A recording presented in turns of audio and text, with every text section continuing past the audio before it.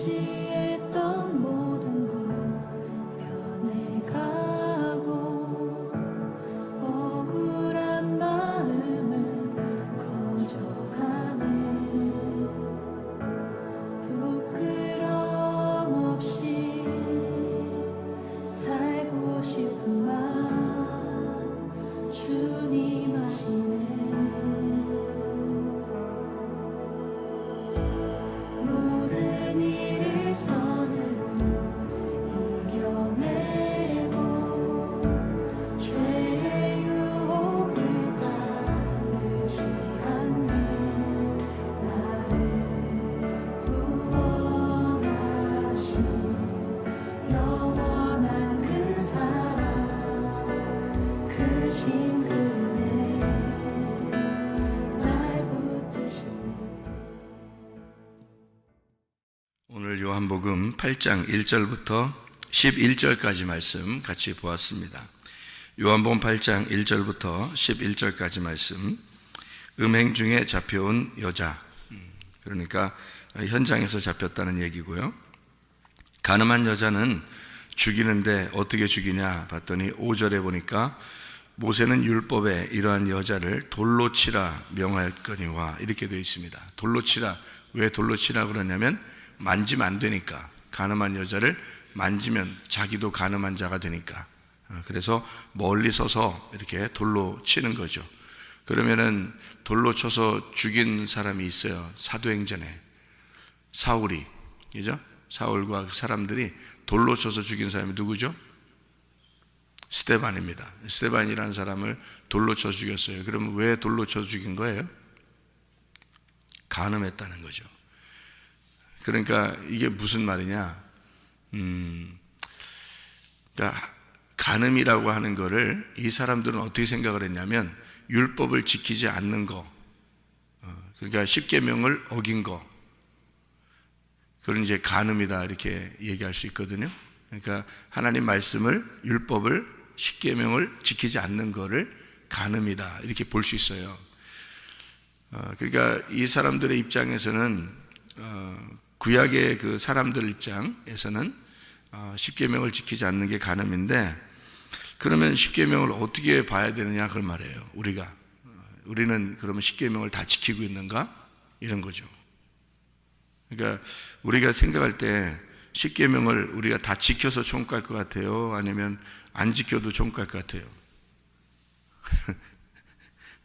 십계명을 다 지키시는 분은 예수님밖에 없겠죠, 그죠? 그러니까 우리는 다 지키는 게 아니에요, 사실은. 근데 이걸 이제 어떻게 하는 거냐면 이런 얘기예요. 계명을 지키는 거냐, 아니면 하나님의 그 언약, 그 약속을 우리가 이제 이행하느냐, 이제 그런 거거든요. 결혼을 할 때 결혼을 계명으로 해요, 아니면 언약으로 해요? 언약으로 합니다. 그러니까 결혼 서약을 하죠, 그죠? 서약. 그것을 우리가 서약을 하는 것은 약속이거든요.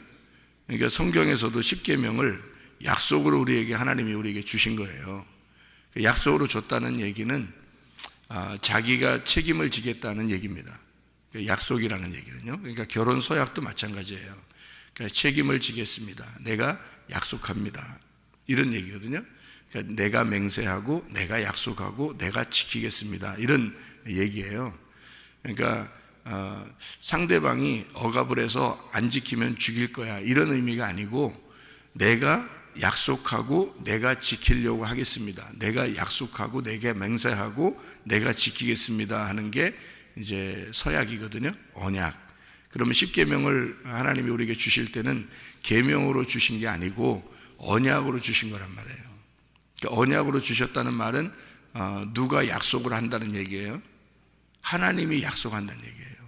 그러니까 왜 계명을 주실 때 하나님이 약속한다는 얘기냐면, 사람들 보고 너희들이 생각해내서 너희들이 나하고 계약을 맺어서 계명을 지켜라 이런 게 아니라 하나님이 일방적으로 사람들에게 이렇게 해, 이렇게 해, 이렇게 해, 그렇게 얘기한 거거든요.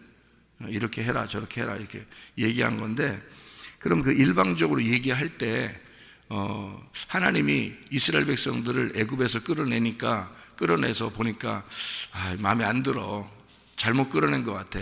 그래서 광야에 데려다 놓고 십계명이라는 걸 딱 줘서 죽여야 되겠다 내가. 이런 어떤 그 마음으로 이것을 계명을 줬겠는가 이런 얘기예요.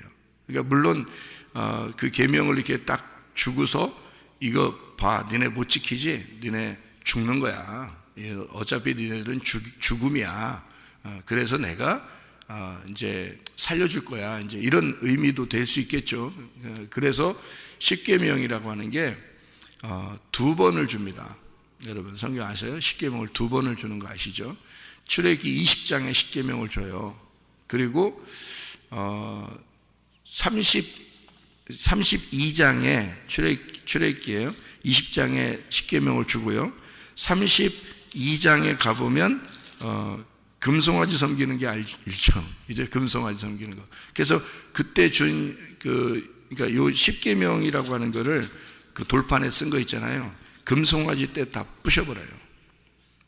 금송아지 때 부셔버리고 그 다음에 32장에 금송아지를 만들어서 거기서 부셔버려서 그걸 갈아 마시게 하고 그리고 십계명을 던져서 금송아지를 다 부셔버린단 말이에요. 그죠? 그리고 34장에 2번째 돌판을 주는 거예요. 34장, 출애굽기 34장에 34장에 보니까 여호와께서 모세에게 이르시되 너는 돌판 둘을 처음 것과 같이 다듬어 만들라. 내가 깨트린 처음 판에 있던 말을 내가 그 판에 쓰리라. 이렇게 되어 있거든요. 그래서 2번째 돌판은 모세가 만드는 거예요. 그러니까 첫 번째 돌판은 첫 번째 것은 하나님이 만들어서 하나님이 글씨를 쓴 거예요. 그거는요. 근데 그건 부셔버렸어요. 그리고 2번째 거는 모세 보고 돌판을 만들어 오래요. 그리고 글씨만 써주겠다는 거예요. 이게 이제 특징이 다르거든요. 그럼 이제 이 돌판은 뭐를 말하는 거예요? 돌판은 누가 만들으라고요? 모세가. 모세 보고 만들으라고. 그러면 이 돌판은 돌판에다가 하나님 말씀을 쓰겠다는 얘기예요? 우리 마음판에 쓰겠다는 얘기예요? 우리 마음판에 쓰겠다는 얘기야. 그러니까 말씀을 처음에는 하나님이 하나님의 마음에 써서 우리에게 준 거고요. 2번째 돌판은 너희들 마음속에 내가 언약을 쓰겠다는 얘기야. 그래서 하나님의 말씀을 우리의 마음판에 새기고 그러적이죠. 예, 성경에. 그래서 네가 네 돌판을 네가 만들어서 가져와. 내가 거기다 써줄게. 무슨 말인지 알겠죠? 예, 그래서 2번째는 내 마음판에 새긴 말씀이 돼야 된다 그 말이에요. 그러니까 2번째 말씀 이것은 없어지지 않아요. 그래서 2번째 돌판은 법궤 안에다가 고이 간직합니다. 그래서 없어지지 않아요. 뭐 지금도 어딘가 있겠죠. 뭐 사람들이 찾았는지 못 찾았는지 모르지만 어딘가 있겠죠. 그게 그 법궤가 거기에는 십계명이 하나님이 쓰신 글씨를 쓰신 그 돌판이 아직도 있겠죠. 그렇지만 그거는 하나의 우리에게 그림자나 마찬가지고요. 실제적인 건 우리 마음판에 그러니까 법궤와 같은 우리 마음판에 하나님의 말씀을 새기겠다 그 말이에요. 우리에게 직접 새기겠다. 그게 2번째 돌판입니다.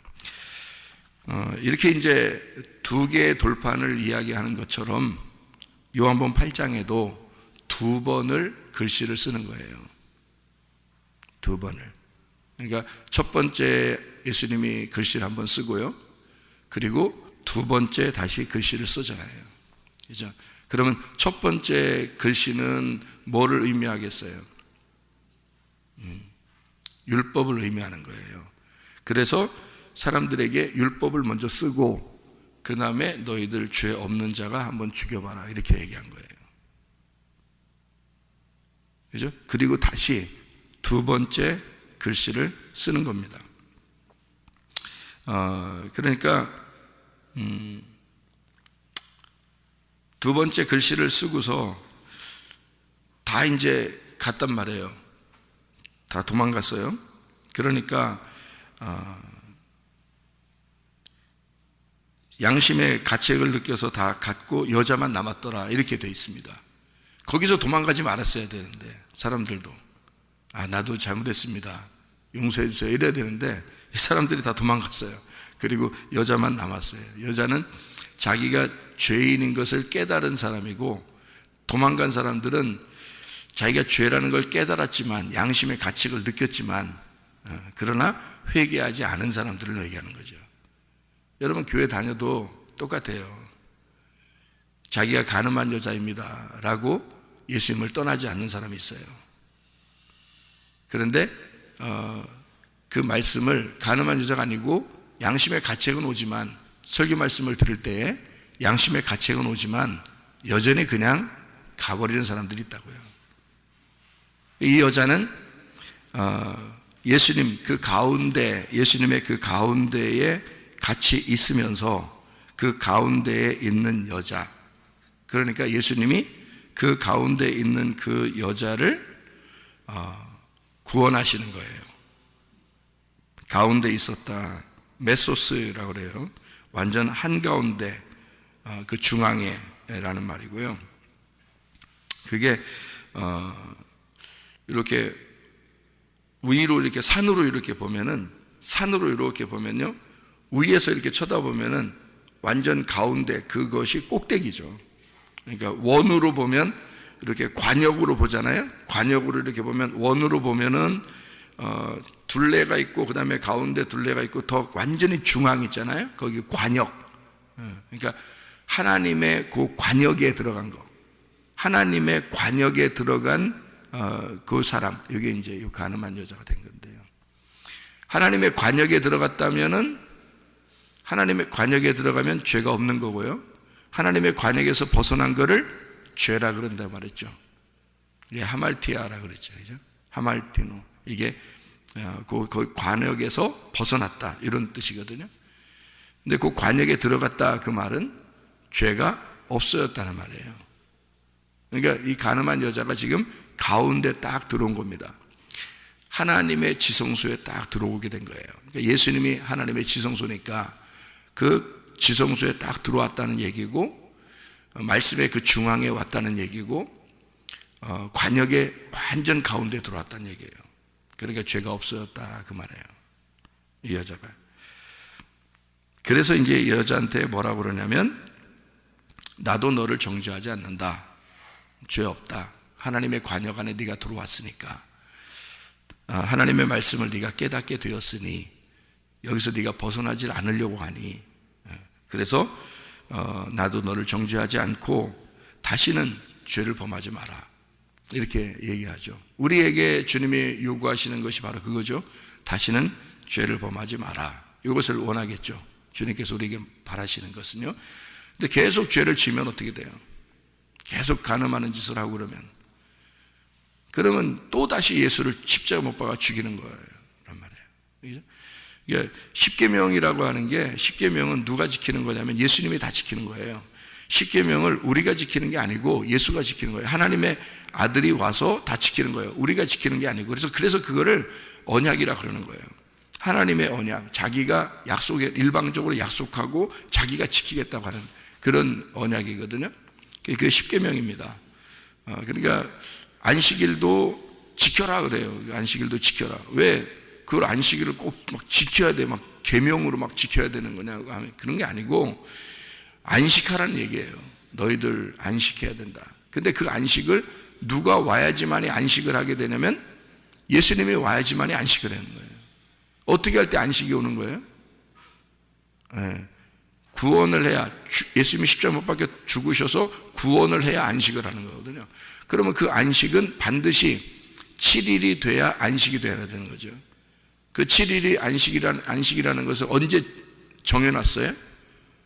창세기 2장 1절 2절에 정해놨어요. 그럼 왜 거기때 딱 정했어요? 창조가 끝났다는 얘기거든요. 창조가 끝났다는 얘기는 구원했다는 말이에요. 그러니까 인간을 다 창조했다, 인간까지 다 창조 끝났다, 창조가 완성됐다, 그러면 구원인 거예요.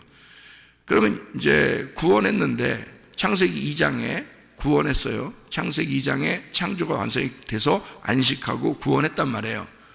그런데 3장에 가서 선악과를 또 먹어버렸잖아요. 그럼 그때부터 또 어떻게 해요? 하나님은 다시 일을 해야 된단 말이에요. 안식일에 계속 일을 해야 된다는 거죠. 일을 해서 언제 이제 그 일이 끝나야 돼요? 십자가에 매달려 죽을 때 이 일이 다시 끝나는 거예요. 그래서 그 십자가에 못 박혀 죽으시는 것이 구원의 완성이란 말이에요.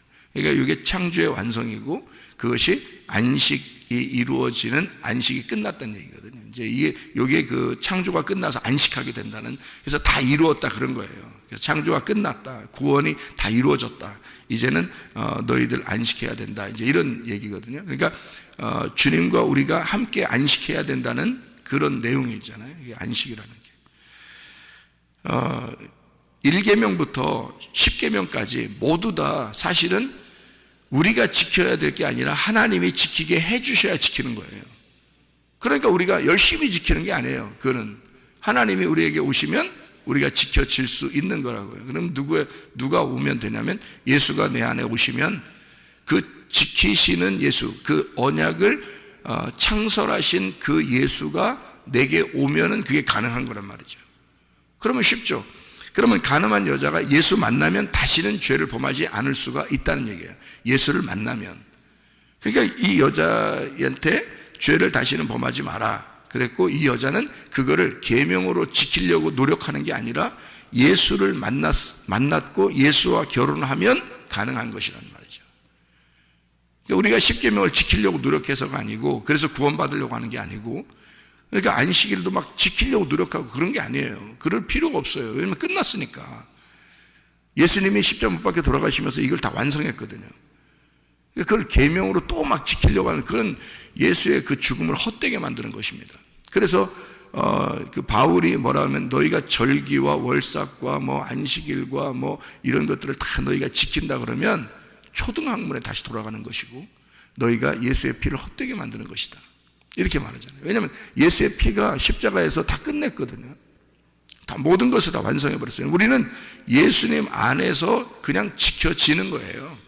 지켜지는 거. 다시 말하면 안식할 수 있다는 얘기예요. 그죠? 부모에게 효도? 당연히 가능한 거죠. 간음하지 않는 거? 당연히 가능하죠. 살인하지 않는 거? 당연히 가능하죠.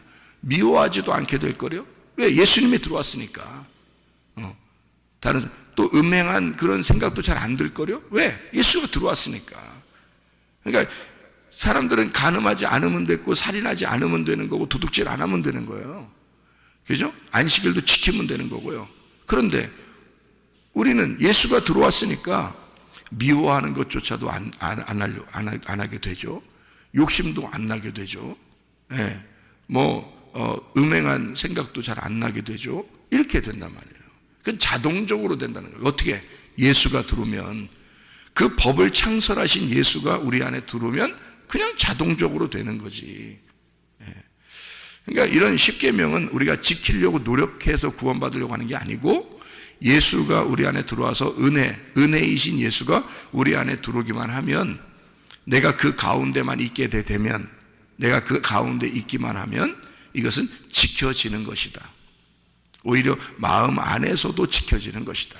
마음 안에 하나님의 말씀을 우리의 마음판에 새겨서 심겨진 그 말씀으로 네가 살아가게 될 것이다, 그 말입니다. 그러니까 십계명의 어떤 개념을 아시겠죠? 어떤 계명으로 너희가 지켜야 되느냐, 아니면 하나님의 언약이냐, 나와 하나님과의 서약, 결혼 서약과 같은 그런 약속, 내가 사랑하기 때문에 당신께 지키겠어요 하는 그런 거 있잖아요. 사랑하기 때문에 나는 당신에게 봉사하고 섬기겠어요, 그런 거 있잖아요. 사랑으로 섬기는 거 있잖아요. 막 사랑스러우면, 남편이 사랑스럽고 아내가 사랑스럽고 그러면 설거지를 먼저 하고 싶고 청소를 먼저 하고 싶고 막 세탁기 돌리고 싶고 이렇게 밥도 막 해주고 싶고 반찬도 만들어주고 싶고, 이런 게 사랑해서 하면은 너무 재밌는 거죠.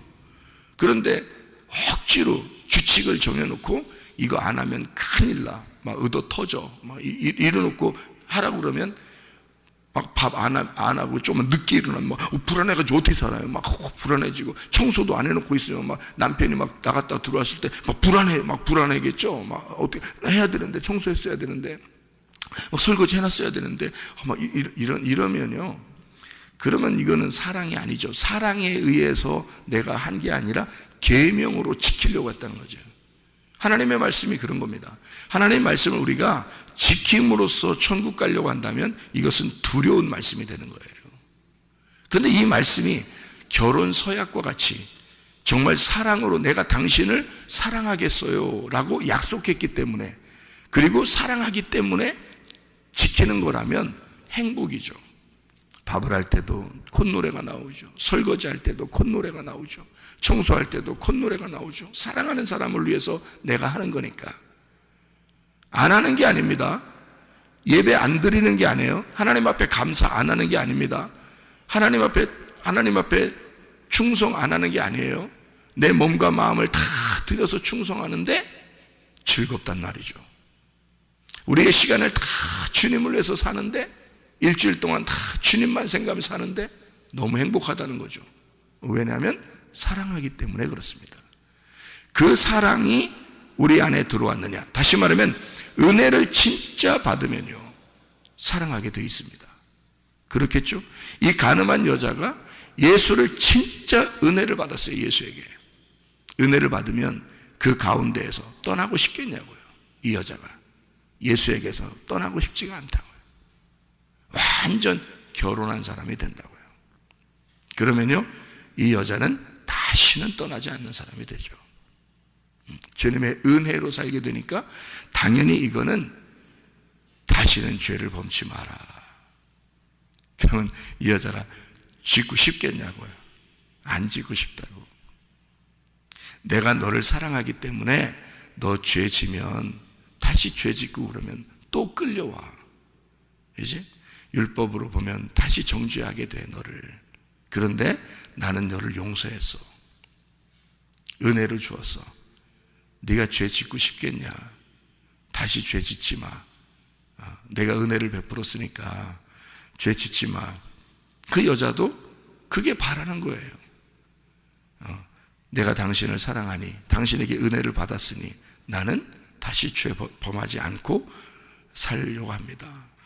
당신께 내 약속을 지킬게요. 사랑의 약속을 지킬게요. 그런 거잖아요, 이게. 그래서 이건 지켜진다는 거죠. 그리고 주님이 그 안에 들어가서 지키도록 만들어낸다는 겁니다. 그러니까 하나님의 그 사랑, 하나님의 그 일방적인 사랑으로 이 여자가 그 계명을 지키도록 된다는 얘기예요. 그게 사랑의 언약이라 그렇게 말하는 겁니다. 이것이요. 제가 한 말씀만 더 드리고 마치도록 할게요. 고린도전서 6장에 보면요, 너희가 창기와 같은 짓을 하지 마라 이렇게 되어 있습니다. 고린도전서 6장에 보면 그렇게 되어 있거든요. 창기와 같은 짓을 하지 마라. 몸으로 하나님께 영광을 돌려야지 창녀의 지체를 네가 만들겠느냐 이렇게 이야기했거든요.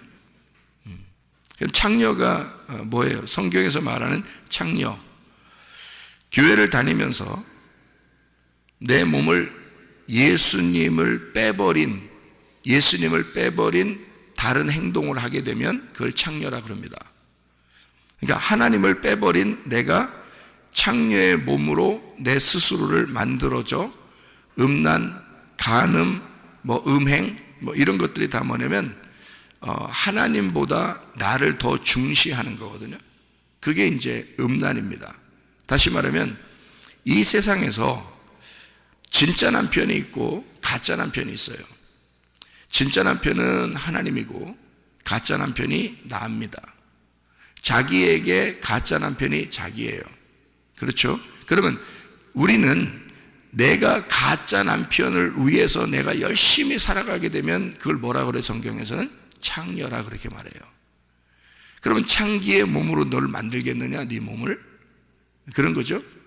그러면 내가 나를 위해서 살게 되면 창녀가 되는데, 내가 그리스도라는 내 진짜 남편을 위해서 살면 신부가 되는 겁니다. 그렇죠? 그러니까 우리는 신부로 살아갈 것이냐 창녀로 살아갈 것이냐 하는 거죠. 창녀는 자기 남편이 있는데도 남편을 위해서 살지 않고 자기를 위해서 살아가는 겁니다. 그게 창녀가 하는 거예요. 그래서 가짜 남편인 나를 위해서 진짜 남편인 하나님을 자꾸 죽이는 행동이죠. 그러면 그걸 창녀, 음행이다, 음란이다 이렇게 말해요. 간음. 그러니까 성경의 간음을 정확하게 알고 우리가 성경을 보면 이해를 할 수가 있죠. 그러니까 간음한 여자가, 이 간음이라는 게 그때 당시엔 진짜 간음이겠죠. 그런데 우리에게 말씀을 우리에게 주시려고 하는 것은 간음이 뭐냐 이거예요. 이 여자가 간음은 나는 간음한 여자가 아닌가 생각을 해봐야 되겠죠. 그러면 내가 간음한 여자가 안 되려면 어떻게 돼야 되나? 그 간음이 뭐냐? 이제 이런 걸 알아야 되겠죠, 성경에서. 그래서 창녀라고 하는 것은 세상에서 말하는 창녀가 아니고 교회 안에서 내 남편을 모르고 다른 남편인 나를 위해서 살아가는 거. 내 진짜 남편인 예수를 모르고, 그러니까 예수를 모르고 그 가운데 들어가지 않고 내가 나를 위해서 살아가는, 그러니까 하나님의 그 관역에서 벗어난 거죠. 그런데 이 간음한 여자가 요한복음 8장에 보면 그 간음한 여자가 가운데 딱 들어갔단 말이에요. 그러니까 예수님을 알게 된 거예요.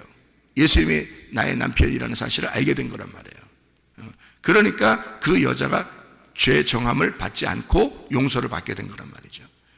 우리는 그 관역에서, 예수라는 그 관역에서 내가 떨어져 나오면 무조건 죄예요. 그게 나를 위한 삶이란 말이죠. 자기를 위한 신앙생활. 결국 우리가 창녀의 몸을 내가 만들 수 있는 거고, 자기도 모르게, 아니면 진짜 예수님에게 돌아가서 진짜 남편을 만날 수도 있는 것이고, 근데 그 진짜 남편이 나를 위해서 십자가 못 박혀 돌아가 있어요. 한 번에 그 십자가 못 박혀 돌아가심으로 나를 값으로 완전히 샀단 말입니다. 그랬으니까 값으로 완전히 샀으니까 이게 누구 거냐면 내가 예수님 거예요. 예수님 건데 네가 네 맘대로 네 것처럼 살게 되면 너는 간음한 여자다. 무슨 말인지 알죠? 그게 음행이라는 겁니다. 창녀예요. 이미 우리는 옛날에 창녀였어요. 예수 그리스도를 신랑으로 모시기 전에 이미 창녀였다고요. 그래서 창녀인 나를 위해서 예수님이 이 땅에 내려오셨어요. 유일하게 죄가 없으신 그 신랑이 창녀와 결혼하기 위해서 내려왔다고요. 다시 말하면 간음한 여자인 우리들을 위해서, 간음이라는 음란, 간음, 이게 우상숭배예요. 그 우상숭배는 탐심이고요. 그게 욕심이고 그게 선악과입니다. 그러니까 그렇게 가지고 있는 우리들에게 예수님이 그 창녀인 나에게, 간음한 여자에게 오신 거라고요. 주님이. 그래서 결혼을 했네. 값으로 산 거예요. 자기 목숨을 버려서 우리 창녀를 구원한 겁니다. 신부로 맞아들인 거예요. 자, 간음한 여자 보고 다시는 죄를 범하지 마라. 죄 짓고 싶겠냐고요, 여러분. 우리가 구원받아 주님의 은혜를 받아서 주님의 신부가 됐으면 다신 죄 짓고 싶겠냐고. 예수님 중심으로 살고 싶지 않겠습니까? 당연히. 그거는 뭐 억지로 내가 안 하면 안 돼. 저 사람이 날 구원했어. 나 저 사람을 위해서 안 살면 나 큰일 나. 이래서 하는 거겠어요? 아니죠. 정말 은혜로, 기쁨으로, 감사로 지켜지는 거죠. 그렇게 내 몸과 마음과 정성과 내 모든 시간과 내 생명까지도 주님 앞에 드리고 싶죠. 그게 사랑이란 말이에요. 주님도 그렇게 나를 사랑했으니 나도 그렇게 사랑하는 거란 말이에요. 그래서 서로 사랑하는 거예요. 그분도 나를 사랑했고 나도 그분을 사랑하는 거죠. 그러면 그분이 나를 받아들였어요. 사랑했기 때문에 나를 받아들였어. 그럼 나도 저분을 너무 사랑하기 때문에 내 마음속으로 받아들이는 거예요. 그러니까 내가 주님 안에, 주의 말씀이 내 안에 들어오는 거죠. 그렇게 되면. 그러니까 우리가 주님 안에 들어간 거를 가지고는 천국 가는 게 아니에요. 주님의 말씀이 내 안에 들어와야 천국 가는 겁니다. 다시 말하면 내가 내 가슴을 찢어졌을 때, 내 가슴이 찢겼을 때 그 말씀이 들어오게 되는 거죠. 내 하늘, 내 남편, 내가 가지고 있는 거, 내 가짜 남편, 이것이 찢어져야 되는 거죠. 내 하늘이 찢어져야 된다고. 그게 자기를 가리워 놓는다고요. 진짜 남편이 들어오지 못하도록 가리워 놓고 있다고. 그게 가짜 하늘이라 그러는 거예요. 그래서 예수가 십자가 못 박혀 돌아가시기 전에 침례를 받으시죠. 침례 받을 때 물속에 들어가잖아요. 물속에 들어갔다가 나올 때 하늘이 찢어지잖아요. 하늘이 열리잖아요. 그 가짜 하늘이 열리는 거예요. 그 위에 또 하늘이 있어요. 그래서 그 위에 진짜 하늘에서 소리가 나는 거예요. 이는 내 사랑하는 아들이요 내 기뻐하는 자라. 이렇게. 내가 가려져 있었던, 내가 하늘이라고 보고 있었던 그것이 다 찢어져야 된다는 거지. 그래야 그 위에 있는 하늘이 나를 만나는 거예요.